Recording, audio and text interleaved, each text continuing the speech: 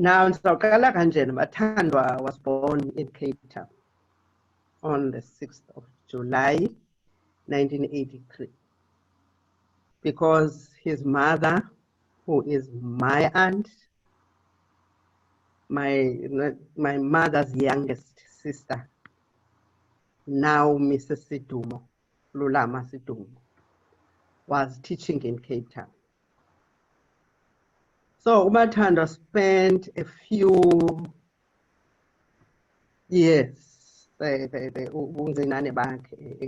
Cape Town because he had a slight problem with his one foot. He foot one of us, which needed his bed put to bed, as I say, Cape Town.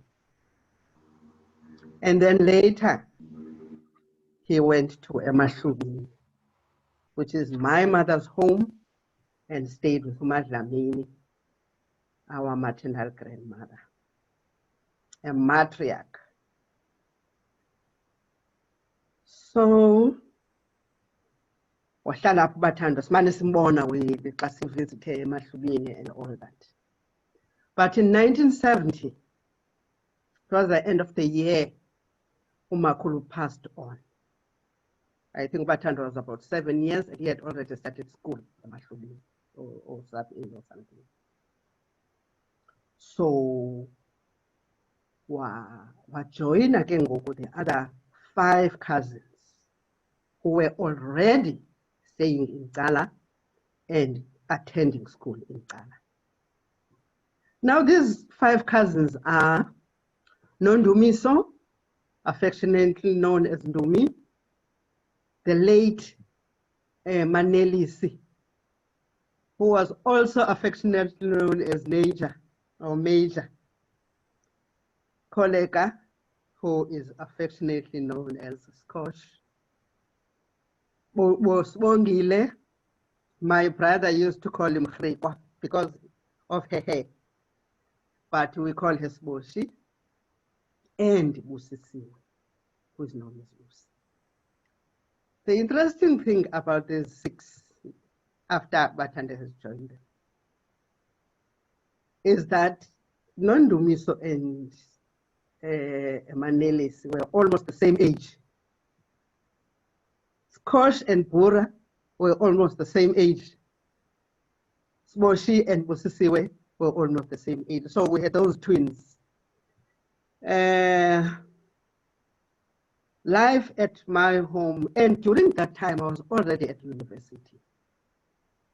So most of the time I was away, and I would come back during the holidays with all these children here. There's 6 young, noisy children, each one having his or her own character. So Batandwa and I attended primary school at Gala Village Primary School, like all of them. Then, and I'm not sure by high school yet, where did he do his high school? I'm not sure. But I know that in 1980, he got his matric. It was called matriculation certificate in Ngogo. It's now called grade 12. And he got his symbols were good enough for him to be accepted at the University of Transkei. We used to call it UNITRA then, but now it is called Walter Sisulu University. So Batandwa was accepted there, and for the first few months of 1981, when he started at UNITRA, he stayed with us, my Qokweni family, because we were staying in Mthatha at number 4 Nduli Crescent. Uwazi Ngobukazi, who is our cousin, and his sister Tandika were also staying there. So it was a house full of cousins. Now, this was very funny for most of the people because there were Ndondos, there were Ntsebezas, there were Mabonas, they were Sijungus. And all these people were brought together by the three sisters.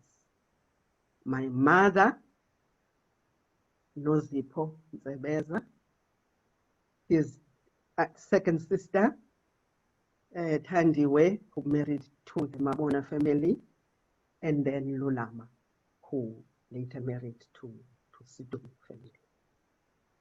And Sundays used to be the best because Mom would cook his Sunday best, and then we would have all those plates on the table because Mama did not want people to share food in one dish.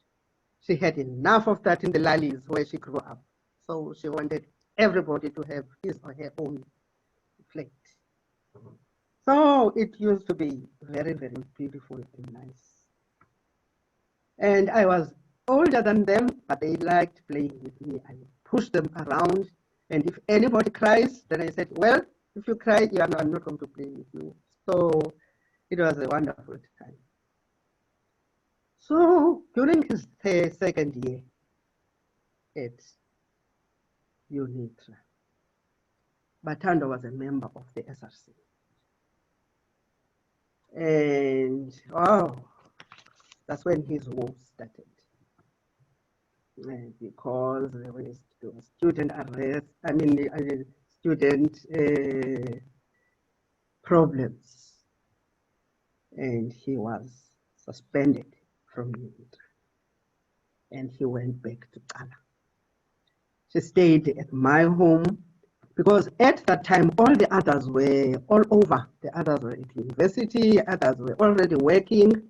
So at my home, only your father, Lungisile, Nondumiso, and Batandwa were staying there. Then after Nondumiso got married, it was only Batandwa and your father who were staying there. So Batandwa was employed. He was lucky because he was employed by a Cape Town-based NGO called the Healthcare Trust. And I remember there was a lady, Melanie, who used to come from Cape Town and join Batandwa, and they would go to the rural areas of Ghana, of Kalanga, and help the community people there to provide them with clean water. I don't know what they used to build there. They used to build something that would give those people clean water. Water that is drawn from the mountains, and then it gets somewhere, and then that's how they would get clean water. I remember the famous photo that Batandwa is known of, where he has a blanket around himself, was taken during those days when he was working at Healthcare Trust and staying in Ghana. So Batandwa had that upbringing, a happy upbringing, staying with people that are related to him. And my mother was quite strict, but lovable. So whenever we come together, the one person that we talk about is Umumkulu. They called him Umumkulu, all the cousins, except Nondumiso. Nondumiso called him Mama. So that's Batandwa's time. If you have any questions, you can ask. No, thanks. That was insightful. I see you are smiling, right?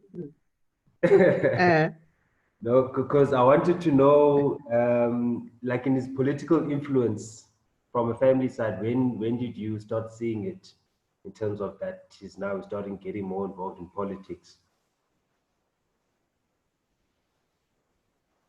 The funny thing is that I never noticed that until he got to UNITRA.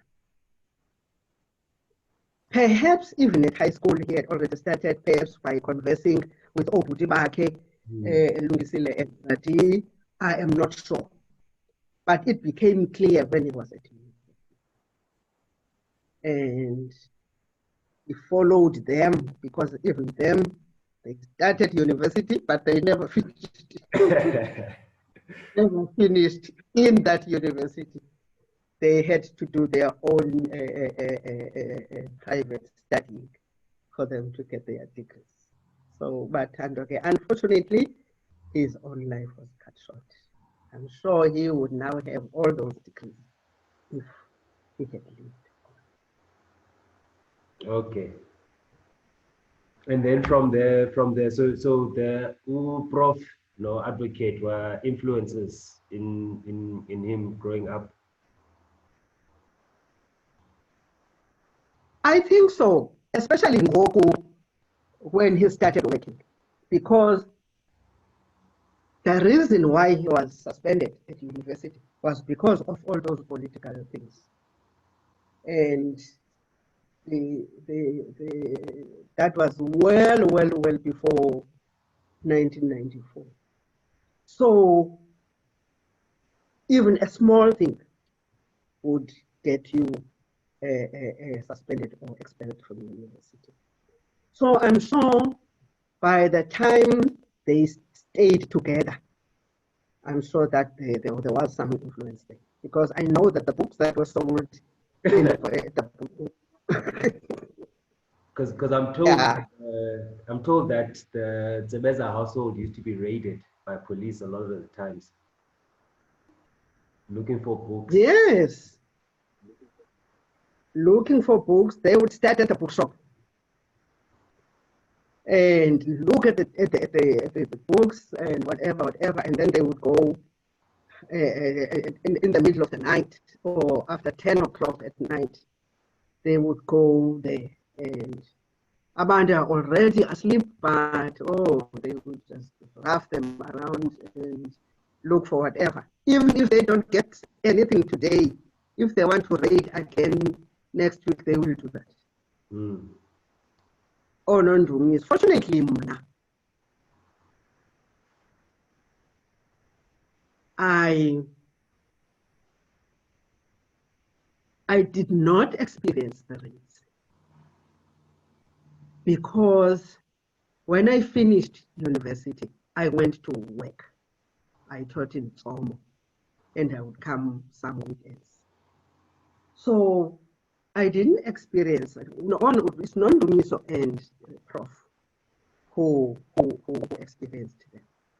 And sometimes Umilani would still be here, because Umilani would come and stay for months and just visit Cape Town. And they would say, Lomlungu, all those horrible things. Mm. Yeah, they used to do that. Okay. And then lastly, in terms of the youth of today, because when Batandwa passed away, he was a student activist. So what can the youth of today take lessons from Batandwa, especially in the context that we're in now?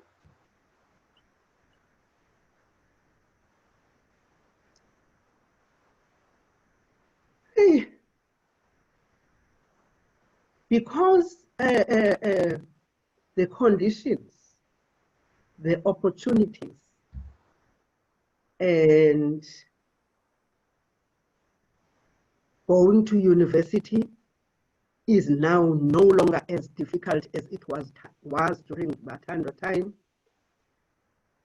You sometimes feel that today's youth is not making optimum use of those opportunities. Because, Tina, if your parents could not afford paying for your studies and you don't get a scholarship, people forgot about university. It was only when UNITRA was formed, where people could work during the day and attend lectures during the evening, that most of the people were able now to get degrees and all that. So to today's youth, I would say, I hear their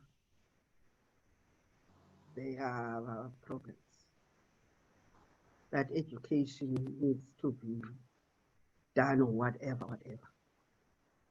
But I also am very concerned with the fact that with all the opportunities that are open for them, I don't see many of them taking advantage of that and moving on. And because education is very important for you, for anybody to move forward. So that's what I can plead today's youth to do. Okay. Batandwa would be happier when he sees the 2020 youth hearing what we are saying about him, then saying, egameni likaBatandwa, we will pull up our socks and move on, especially the youth from Alam.